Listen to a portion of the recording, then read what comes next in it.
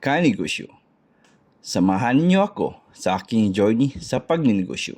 Sa umaga, empleyado ako. Sa gabi, negosyante ako. Kanegosyo. Pagod pa tayo, gikan from work. Nandito na po tayo.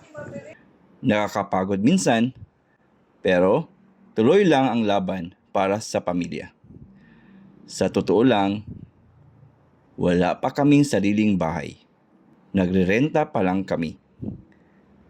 Pero ang bahay na inuupahan namin ay hindi lang tirahan.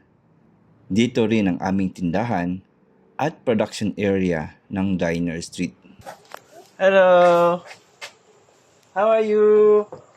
Come on. Okay, you tell Daddy how are you today? Good. Alam nyo ba, kanegosyo, dito rin nakikita ng mga anak ko kung paano kami nagsisikap. Minsan, tumutulong sila sa tindahan. You happy? Are you happy? Yes. What are you doing? It's me. Helping? Minsan, kasama sila sa production. Habang pinapalaki namin ang negosyo, unti-unti rin silang natututo tungkol sa sipag, tiyaga at responsibilidad. Hey, AJ! Hi!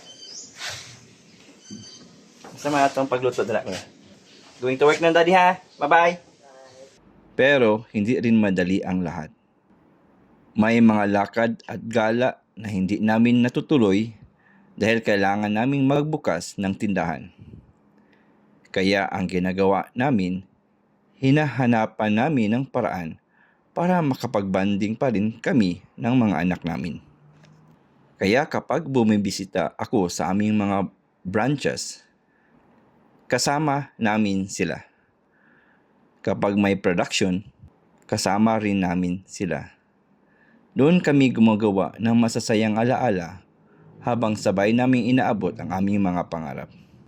Kanegosyo, tandaan natin ito. Ang pera, pwede pang kitain. Ang negosyo, pwede pang palaguin.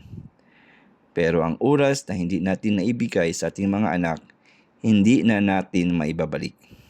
Kaya magsikap tayo, palaguin natin ang ating negosyo. Pero huwag nating kalimutang bigyan ng oras ang ating pamilya. Dahil sa huli, hindi lang kita ng negosyo ang mahalaga, kundi ang mga alaalang nabuo natin kasama ang mga taong pinakamamahal natin. Ako si Kuya Ervin Raganas. Maraming salamat sa panonood at makikita tayo sa susunod na Negosyante Ako Stories.